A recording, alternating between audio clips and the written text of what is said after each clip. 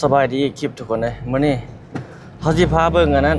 เอานี่ออกจากสนามบินเขาสิพาเบิ่งอันน่ะรถร้านขายรถจักรนะทุกคนบ่ได้ขายดีเนาะเฮามาเมื่อกี้กายเขาเจ้ามาเป็นรถ6ล้อรถ12ล้อเต็มเลยอยู่ถนนอาเซียนเนาะเต้2เขตบ้านบัดไตน้อยท่งเนาะเป็นร้านขายรถจักรอย่างประมาณนี้แหละบ่แน่ใจว่าเป็นรถมาเลย์หรือว่ารถอันน่ะไทยเนาะโอ้ได้ขายดีขนาดเนาะรถจักร3-4 คันรถบนได้เราเห็นเมื่อกี้ฮะไกลเนาะ5-6 คันพุ่นเนาะเดี๋ยวจักหน่อยไปพะถ่ายให้ทุกท่านได้เบิ่งนี่ยังจอดไฟแดงอยู่สนามบินออกไปนี่ท้องฟ้าอากาศนี่ครึ้มแบบนี้แหละแต่ว่านี่เพิ่นมาครึ้มแบบนี้วันนี้ตอนแรงเพิ่นมารถทัวร์เข้าไปเมื่อคืนนี้มีรถมาตำเสาถุงอยู่วันนี้ออกหมดแล้วจักเราเมาหรือจังใดเนาะมาตำเอาเสาถุงอยู่วันนี้มันมีเสาถุงอยู่นี่แต่ก่อนตำฮอดไปล้มหักหมดเลย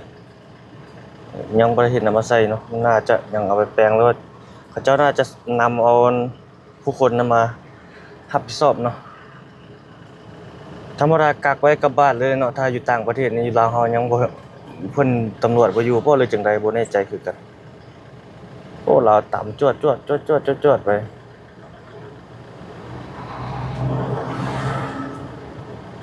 เขตด้านในสนามบินแบบนี้น่าจะมีตำรวจแบบแก้ไขแบบฉุกเฉินล็อกตัวไว้เนาะโอ้เราขับล่ออยู่แถวนี้โดดเลย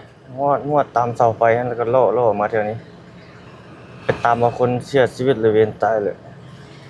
เมาแล้วขับเนาะเจอซ้ายเจอขวาอยู่หลายคนน่าจะเห็นแหละลงข่าวลงอย่างหลายอยู่โอ้ยังติดไฟแดงคาไฟแดง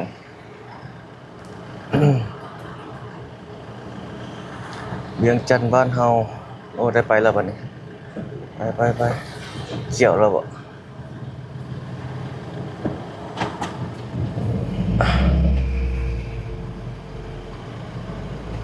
อันนี้ทางข้างนี่เพิ่นน่าจะเฮ็ดเป็นทางย่างเลยเนาะอันนี้บ่มีทางย่างจะทางรถใหญ่แบบนี้เลยถ้าย่างกับเพื่อนเป็นแบบนี้เลยถ้าเป็นทางย่างเด้น่าจะดีเลยเขียวแล้วทุกคนออกไปบัดนี้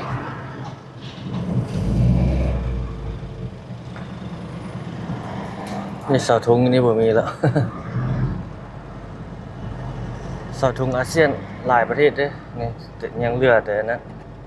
เหลือแต่ก้อนอันนั้นหมดฮะก้อนบนขาดตั้งหักหมดเลยจุบตามมันคือนี่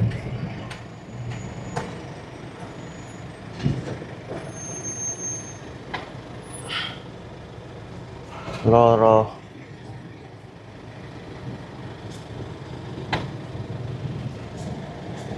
โดดจากหลายแล้วนั่นนี่บนห้านขายรถจักรให้อยู่ถนนอาเซียนเนาะเดี๋ยวเฮาสิไปถ่ายทุกท่านได้เบิ่งป้ายโฆษณาอยู่ตามมันโหนเนี่ยเพิ่นตัดอนามัยต้นไม้ตัด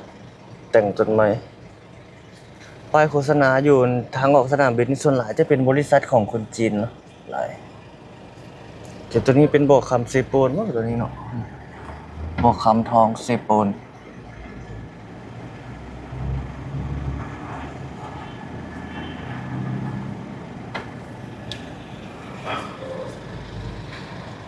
รอไฟแดงรอไฟเขียวบ่รอไฟแดง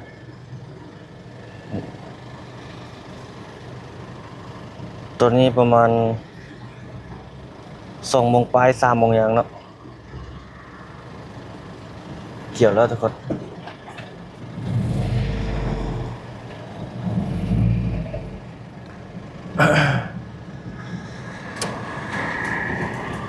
โอ้แดงไวแท้ว่ะ แป๊บเดียวแดงปึ๊บเลยโอ้เพิ่นกักอยู่หั่นเนาะเอ่อโอ้รถมาหลายรถของหมออ่ะโอ้เขาเจ้าระบายรถของหมอ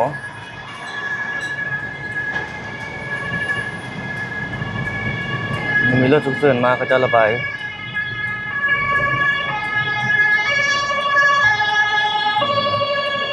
รถฉุกเฉินเนาะไปได้ไปแล้วบัดนี้เมื่อกี้เพิ่นระบายรถอันนั้นไปซื่อ ปล่อยรถฉุกเฉินขึ้นไป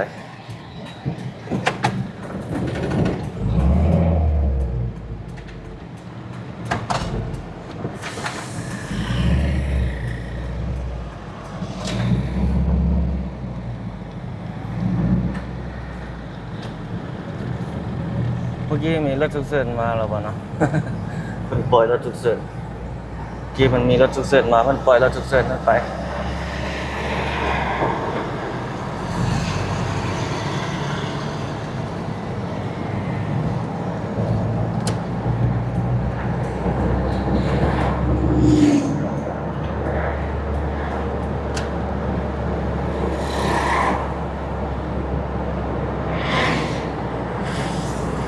นี่เลี้ยวเข้าไปนี่เลยบนห้านรถจักรเขาเอา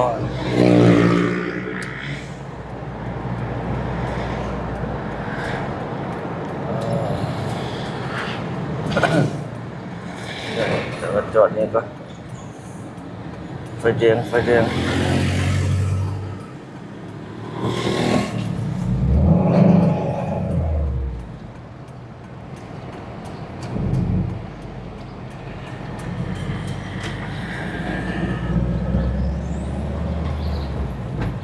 โอเคแล้ววันนี้บันทึกต่อเข้าถนนอาเซียนที่2แล้วอยู่บนทางหน้าเฮานี่นะร้านเขาเจ้าขายรถอะ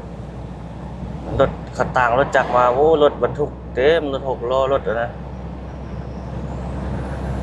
ข้างหน้าเฮานี่แหละเมื่อกี้เฮามาแล้วเห็นหลายๆได้จอดเห็นทุกคนเห็นบ่นี่จอดเลียดสำหรับนี่รถแก่รถจักรหมดได้นี่อ๋อมาได้ใส่หลายขนาดเลยรถจักรมาเลยวะตัดไปหมดเลยเต็มเลยรถจักรเนาะโอ้ยเยอะนะนี่ทางนั้นก็แม่นนี่ก็แม่นโอ้หลายคันเนาะ12 ล้อห้านเขาเจ้าอยู่นี่คนนี้ห้านเขาเจ้าตัวสีเหลือง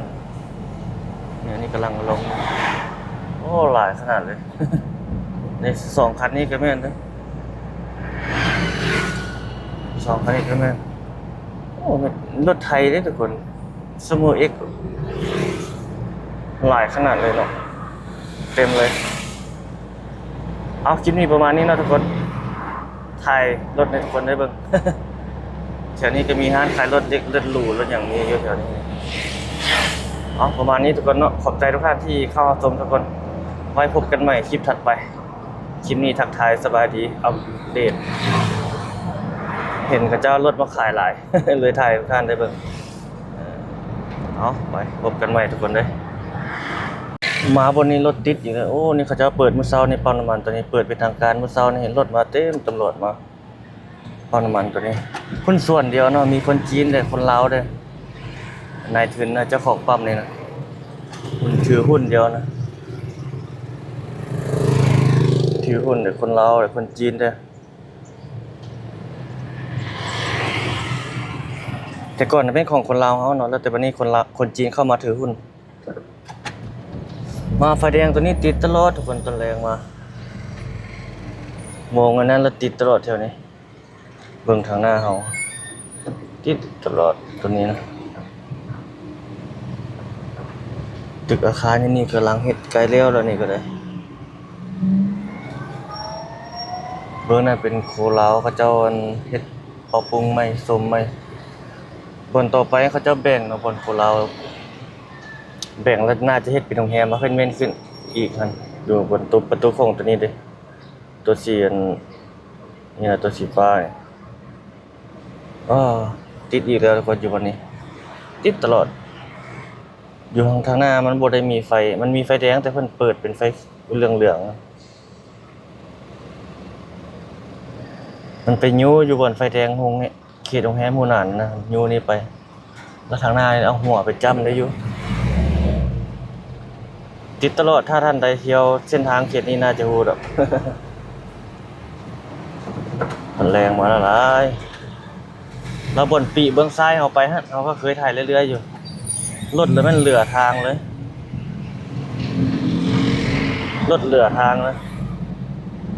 จนได้ถ้าขี่รถจักรนี่จนได้ไปกินเลนของรถอันน่ะทางเบื้องมาเบื้องนั้นเบื้องสวนมาแต่ทางนั้นพุ่น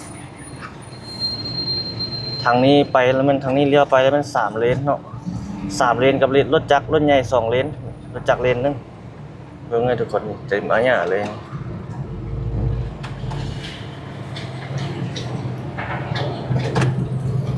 ถ้าบ่ได้เที่ยวเส้นทางที่นี่น่าจะเห็นตลอดเนาะ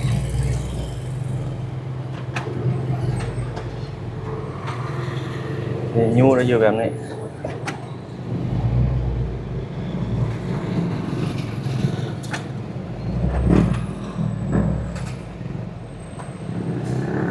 ยูเดี๋ยวเนี่ย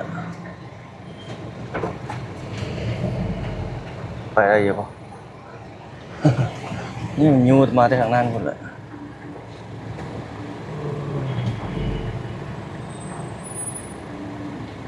ไปแล้วคาเดี๋ยวเนี่ยอะไรไปทางนี้ก็เต็มนี่มันติดมาทางนั้นพวกนั้นเลยเขาที่เราไปนี่นะเขาไปซื้อเขาแล้วต้องคันนั้นมาก็สีดำเนาะ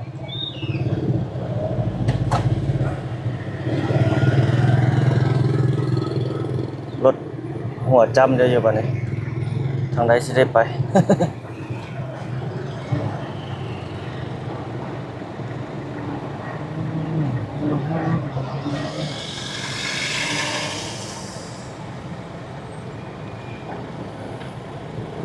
อันนี้สีแยกวัดใจทุกคน